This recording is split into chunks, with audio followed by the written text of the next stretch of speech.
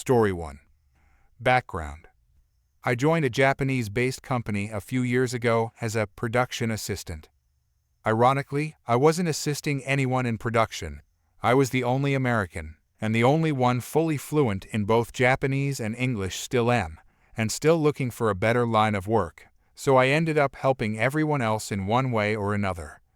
Of course, I also had to do my own work, but whenever things shipped behind schedule, it was somehow made out to be my fault. I assisted our shipping manager by sending things out, receiving them, counting, quality checking, weighing the boxes, and palletizing them. Our sales manager constantly asked me to double-check his emails so he would sound more natural and professional. He even involved me on several occasions to help him save face or smooth things over with customers. Event. From the time I started, we have been struggling to stay on schedule due to inventory issues. These problems stemmed from both our customers' failure to keep accurate numbers and our own mistakes. We didn't track the parts they sent us for assembly, nor the boxes we used to package the orders before shipping. These were boxes I handled, and only I used. However, I wasn't allowed to order them. Instead, I had to ask the sales manager to do it for me. He would often forget to place the order, so I would remind him. He would forget again and only order the boxes days later. This happened so frequently that our customer eventually demanded we take a full inventory. I made an Excel sheet, ensuring it was legible in both Japanese and English, color-coded areas of concern, and included everything we used in the office. I accounted for items like shipping boxes, gloves, and parts from our biggest customer, as they were demanding the count. Everything was documented, and I included a field indicating when each item was last counted. Result. Suddenly, we were on track, making good time, and I no longer had to worry about the availability of boxes. However, during this time, the sales manager was busy working on a 20-page document aimed at proving that our company president wasn't doing his job. He planned to report him to the main office in Japan to get him fired. My two coworkers caught a glimpse of the document and noticed that it contained negative sections about all of us, portraying our work poorly to make the sales manager look like the only competent employee. Finally, the parent company in Japan sent someone over. Unbeknownst to us, this man was the son-in-law of the company's owner, which is pretty common in family-owned businesses in Japan. Only the shipping manager and I found this out, as we actually spoke to the guy. The sales manager, however, treated him poorly, poking fun at him and acting like he was a fool. The representative from Japan was careful, arranging meetings with us while the sales manager was out of the office. He interviewed all of us about what had been happening at the U.S. branch. During these interviews, the issue of late shipments came up, and the sales manager had apparently been blaming me for the delays. He had also accused me of insulting our largest customer by being lazy and spending too much time on my phone, watching videos or listening to music instead of working. I promptly presented the emails and inventory documentation that I had been asked to create. I showed him the history of our inventory, along with the emails where I repeatedly asked the sales manager to fulfill his responsibilities. I also highlighted the shipment dates, clearly showing the improvement after I implemented the inventory system. Fallout. Around this time, a friend of mine in Japan was going through a tough time and had become suicidal. After losing contact with him a few times, I decided to travel to Japan to support him and see if I could help. I had 6 months' worth of savings, which meant I would have to leave my job. I knew that the representative from Japan would arrive soon and that all of the sales manager's grand plans to become the U.S. branch president would crumble, but I couldn't stay to witness it. I spent 6 months in Japan, and it was successful. My friend re-enrolled in college to pursue his dreams, instead of resigning himself to a life of drudgery as a salaryman. He's doing much better now. After my time in Japan, I returned to the U.S. a few months ago. Upon my return, I got in contact with my old company, and they rehired me. Now that I'm back, I've learned that the sales manager quit shortly after I left. However, before he resigned, he revealed every confidential thing he had told me would stay between us, and he left my desk in absolute disarray. When I checked my old inventory file, I discovered that he had erased it.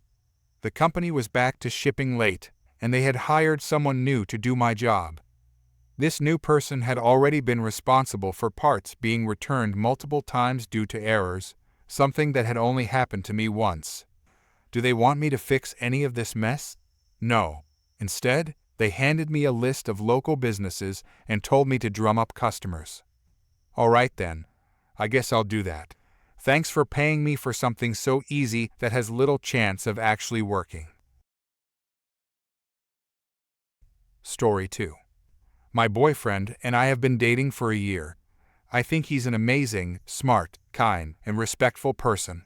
I can tell he cares a lot about me and loves me deeply. Personally, I feel that he takes great care of me, is a gentleman, and is always kind and patient, even when we argue. However, there have been a few instances, specifically in front of my family, where they felt he displayed poor manners. I'll go ahead and list them. When we visited my grandparents in Europe, he brought flowers to give to my grandma as a thank you for hosting us. In the moment, I guess he forgot to go back to the car and help my dad and uncle with the suitcases. My dad called him entitled and disrespectful, saying it seemed like he didn't feel obligated to help. Honestly, it was a genuine mistake because he was so focused on surprising my grandma with flowers. He just forgot. In fact, when we were in another country earlier, he carried everything for us, leaving me with just a backpack and a small suitcase. He handled all the heavy luggage then. When I brought this situation up to him, he assured me that it wouldn't happen again and sincerely apologized for the misunderstanding. The second time he came over to my house, he's only been twice because of the distance. We were sitting in the living room. He was on this large, round chair that's wide enough for you to extend your legs. He had his feet leaning against the side of the table, and we were talking while also watching TV, so I didn't notice it. My mom came into the room, saw it, and asked him to take his feet off the table. Later, she told me she thought he was entitled and lacked manners. My boyfriend immediately apologized and felt terrible about the situation. He told me afterward how bad he felt and that he genuinely didn't realize what he was doing. He apologized endlessly because he didn't want to embarrass me and promised it would never happen again. This next one is kind of embarrassing, but when we were visiting his family in Europe, I was video chatting with my mom to say hello. He was sitting at the hotel desk and I was on the bed. He accidentally let out a loud fart, and my mom heard it. When I got home, she told me it was extremely inappropriate and further evidence of his bad manners. However, the second he did it, he turned around and whispered, "I'm so sorry, I didn't mean to do that. I thought it would be a quiet one." After the call ended, he apologized a million times. He felt terrible because my mom had heard it. He had an upset stomach at the time, so I understand why it happened, but he genuinely thought it would be quiet. Honestly, though, is that really the end of the world? It's not like he farts around my family constantly, which would be concerning. Finally, both times he came over for dinner, after we finished eating, if there were leftovers, he would ask if anyone wanted them. When we all said no, he finished them. In my mom's eyes, he was eating too much and being inconsiderate, even though he was really just complimenting her cooking. I brought this up to him, and he felt bad again. He didn't realize it was an issue. He just enjoyed her cooking and didn't mean to seem inconsiderate. He told me that next time he'll be more mindful. So, the question is, are my parents overreacting by saying he's rude and has no manners? In all four situations, we talked about it afterward. He apologized, understood what he did wrong, and promised it wouldn't happen again. Since then, none of these things have happened, even when it's just the two of us. Despite these incidents, he is genuinely a respectful and well-mannered person. He always carries everything for me, never lets me open a door, and surprises me with flowers. One time, we had extra untouched food from a restaurant when we were in New York City, and instead of keeping it, he gave it to a homeless person. When he visited my apartment back in college, he never put his feet on the table to be fair. The chair he sat in at my house is designed in a way that it makes sense his feet touch the table. There have been plenty of times I've video chatted with my mom, and he was quietly sitting in the background, never once farting. I could list many more examples like this. In short, he's a good and respectful man who's had a few slip-ups, but he's recognized them and has learned from them. I'd love to hear your thoughts. I'd really appreciate it. Story 3. Once upon a time, in a small town of Springdale, USA, lived a 25-year-old woman named Emma. Now, let me tell you, my life was already far from ordinary, but this particular story takes the cake. So grab some popcorn and brace yourself for this wild ride. You see, dear reader, my family has always been a bit colorful. There's my younger sister, Jessica, who is 23 years old and can be best described as an entitled drama queen. And then there's me, Emma, just a regular person trying to make sense of the chaos around me. It all started on a sunny Sunday morning. I was sitting in the living room of my mom's house, enjoying my cup of coffee, when Jessica barged in, looking as entitled as ever. She had a mischievous glint in her eyes that made my senses tingle with anticipation. "Hey, sis, I have some exciting news," she said, barely containing her excitement. "My amazing, oh so charming boyfriend, Jason, and I have decided to take our relationship to the next level." I raised an eyebrow, skeptical yet curious. "What does that mean, Jess? Are you getting married or something?" She scoffed, rolling her eyes as if my suggestion was absurd. "No, silly, we're moving in together. But, there's just one tiny problem. We need a place to stay. And, well, I want you to leave Mom's house so we can have it all to ourselves. You know, rent-free and all that jazz." I nearly choked on my coffee. Was she serious? I had been taking care of our aging mother, working 2 jobs, and barely making ends meet. The audacity of her request was simply astounding. I took a deep breath, trying to remain calm. "Jessica, are you out of your mind? This is Mom's house, not some free hotel for you and your boyfriend to crash in. Besides, where's your sense of responsibility? You know, that thing normal adults have?" She shot me a venomous look. "Responsibility is overrated, Emma. We deserve to live our lives freely, without any pesky bills or obligations. I mean, come on, it's just Mom's house. What's the big deal?" That was it. Her entitled attitude had crossed the line. With a sarcastic smile plastered on my face, I leaned back and said, "Well, Jess, if it's just Mom's house, then maybe I should leave. After all, I've been taking care of her, paying the bills, and ensuring she has a roof over her head while you are off gallivanting with your boyfriend." The words hit her like a slap in the face. Jessica's eyes widened with shock, but her shock quickly transformed into rage. She lunged at me, attempting to physically attack me. Little did she know, I had been taking self-defense classes for the past year. With a swift move, I sidestepped her attack, sending her crashing into a nearby chair. Her grand plan had failed miserably, and she was left seething with anger and embarrassment. As Jessica fumed in the corner, I decided it was time for a little bittersweet revenge. I called up my friend, Lisa, who worked as a real estate agent, and explained the situation. She knew just the perfect place for Jessica and her boyfriend, a rundown apartment on the outskirts of town. A few days later, Jessica and Jason moved into their new love nest, thinking they had won. But little did they know, I had secretly contacted the local homeowners association and informed them of Jason's shady past. Turns out, he had a long rap sheet filled with theft and drug-related charges. Within a week, the association had conducted a thorough background check and kicked them out, citing strict regulations against criminals living in the community. It was a small victory, but it gave me a sense of justice. As for me, dear reader, I continued taking care of my mom, working hard, and building a life for myself. I learned that entitlement can lead people astray, but it can also serve as motivation to rise above and prove them wrong. Story 4. I just had to share this absolutely wild experience that went down at my gym, and trust me, it's one for the books. Now, before I dive into the nitty-gritty, let me just apologize in advance for any grammar slip-ups or wonky sentences. English isn't my first language, so bear with me, okay?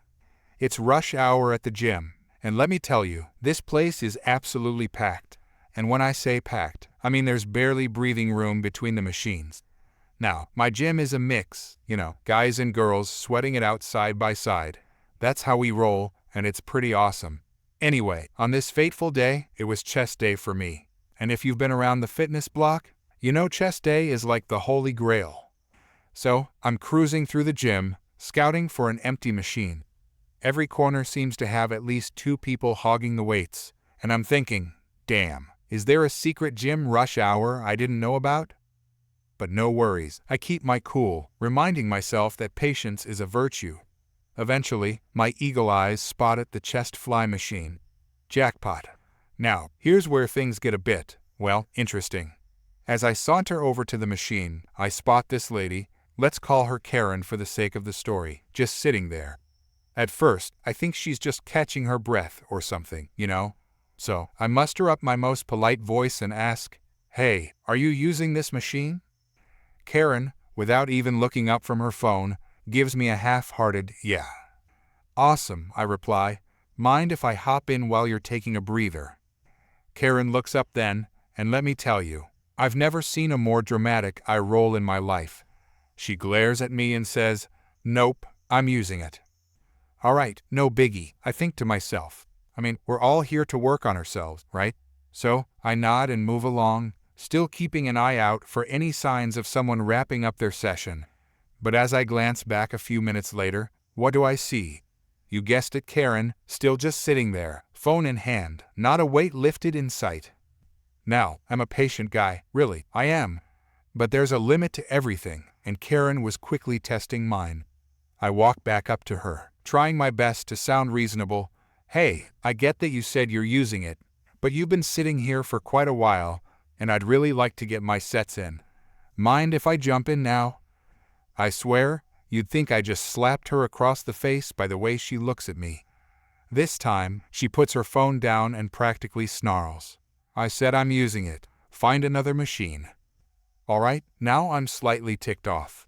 I take a deep breath, count to 3, and decide to lay it all out. Listen, I'm not trying to be a jerk here, but hogging a machine and not even using it is pretty frustrating for everyone else trying to get their workout done.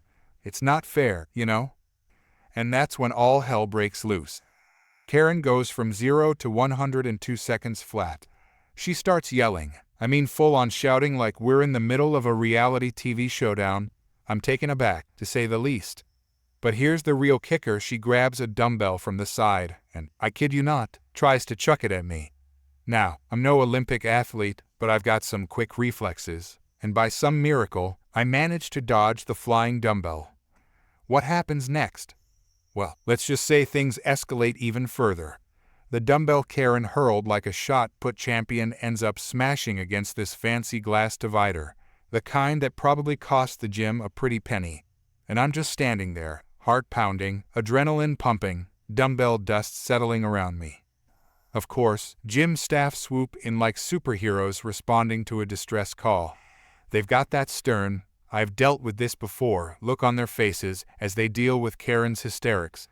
Long story short, she not only gets a lifetime ban from the gym, yup, you read that right, but she also has to cover the cost of that shattered glass. And I, my friends, get to finish my chest day in relative peace. So, there you have it, my crazy gym showdown with Karen and the Dodge dumbbell. Moral of the story? Well, for one, don't mess with people's workouts, and 2, maybe put your phone down and actually use the machine if you claim it. And hey, if you ever find yourself in a similar situation, just remember, you might have some untapped dodgeball skills ready to save the day. Keep lifting, keep grinding, and may your gym adventures be Karen-free. Story 5. Having experienced various jobs and facing rejection a few times, there was one rejection that stood out: my application to a car dealership. After a brief stint as a telemarketer for a long-distance phone company, the allure of sales had captivated me, and I yearned to sell cars. The potential for financial gain, coupled with my outgoing nature, which thrived on daily interactions with people, made it an appealing career choice. However, there was one significant aspect of my identity that set me apart: I was a male with long hair. and I held a deep disdain for having it cut short, as it severely impacted my self-esteem. One day, determined to explore the industry, I visited several dealerships, engaging in conversations with management to gain insights. Among the places I visited, one dealership specialized in Volvo cars. During my visit, I found myself engaged in a conversation with Tommy, the sales manager, which unexpectedly transformed into an impromptu interview. Throughout the conversation, I also interacted with John, the highest-ranking salesman at the dealership, or so I believe. Although it was a long time ago, approximately 17 years, the details have become somewhat hazy. Nevertheless, I recall spending a couple of hours exchanging thoughts about cars, market trends, expectations, and professional experiences. Eventually, our discussion turned to the topic of the dealership's dress code. I had dressed appropriately for the occasion, wearing slacks, dress shoes, and a collared button-up shirt. However, my distinctive long hair, meticulously tied into a neat tail with multiple hair ties, drew attention. They inquired if I would be willing to cut my hair, to which I responded honestly, stating that I would consider it, provided there was a certain monetary incentive. While I was aware that sales in the dealership relied on commissions, I had already made up my mind regarding my hair. After that brief mention, we swiftly moved on to other matters. After approximately 4 hours of engaging conversation, I was dismissed and instructed to report to work promptly at 8 a.m. the next morning. They made it clear that any tardiness would result in being sent home.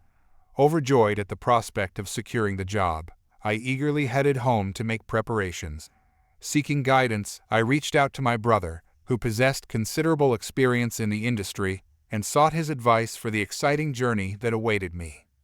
The following day, I arrived at the dealership at 7:55 a.m., only to be informed that the staff was still in a meeting.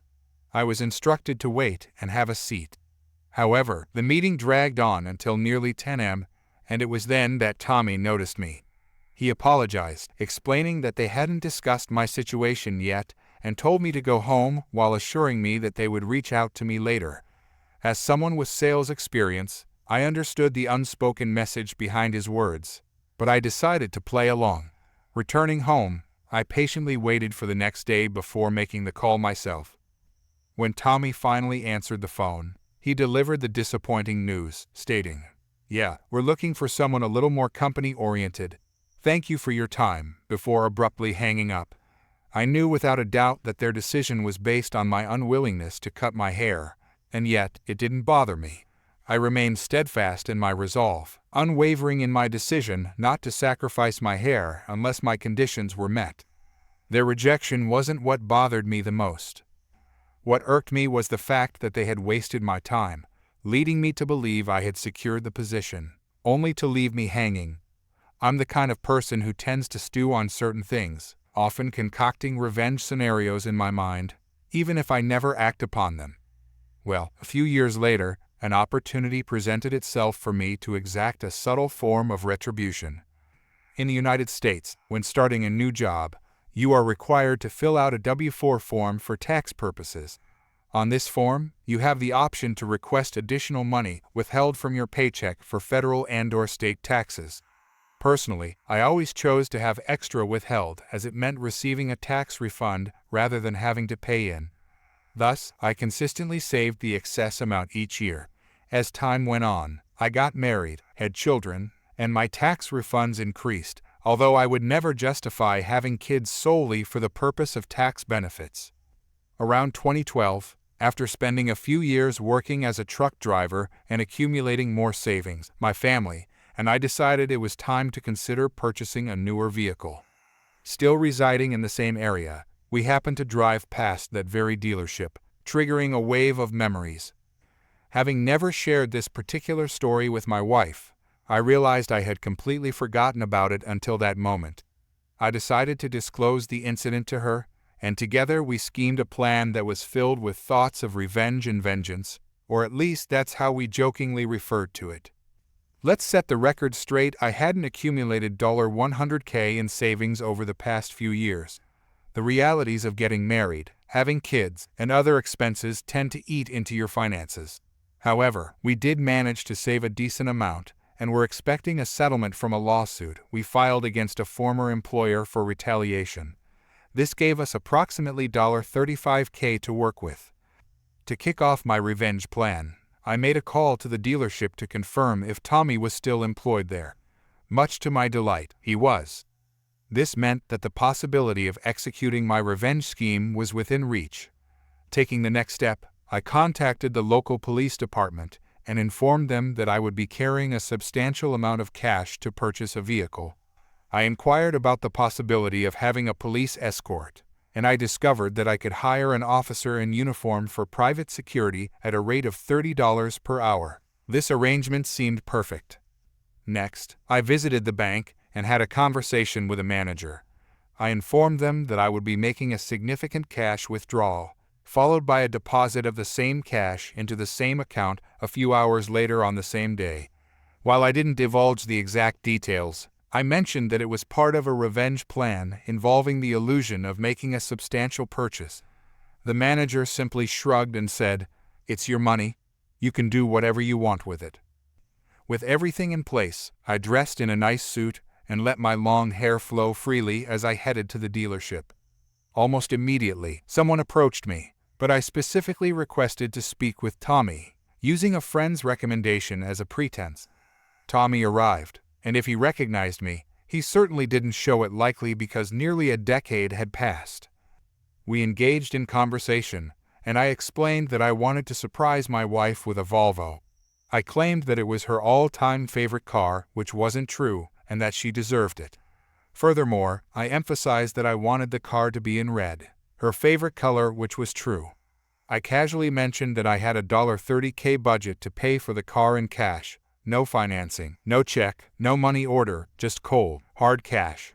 I observed a gleam in Tommy's eyes as he processed this information. Curious about his commission structure, I asked if he was still on a commission-based salary as the manager. He admitted that he received a small salary but was expected to make sales, and he did earn commissions. Tommy proceeded to show me a few cars, but I insisted on a red one. Eventually, he presented a cherry red XC90 with all the bells and whistles, a true luxury vehicle. It boasted dual power leather seats, a CD player, a moonroof, and even a DVD system.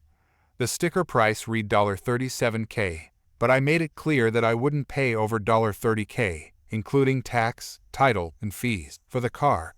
Tommy promised to speak with the owner, Bill, since it was a trade-in and a 6-year-old vehicle. He leaves to have a conversation with the owner, and I take the opportunity to explore the dealership, casually glancing at other cars on display. Moments later, he returns, accompanied by a man whom he introduces as Bill, the owner of the dealership. We delve into negotiations about the price, and although Bill is willing to lower it slightly, he refuses to meet my desired price point. Letting out a sigh, I express my concerns about the specific vehicle and why I believe it's not worth the amount he's asking for. Drawing on my research and the insights shared by my knowledgeable brother, I mention the recalls affecting certain Volvo models, along with the related complaints from owners, crash test results, and other relevant details. Bill's eyes widen as he absorbs this information. It becomes evident that I have an extensive understanding of cars, or rather, that my brother does. Bill excuses himself to run some numbers and returns with a proposal to sell the car for exactly $30K, not a penny less. Accepting the offer, I calmly instruct him to gather the necessary paperwork while I head to the bank to withdraw the funds. I also request a notary be present to notarize the title in my name, ensuring a seamless transfer of ownership on the same day.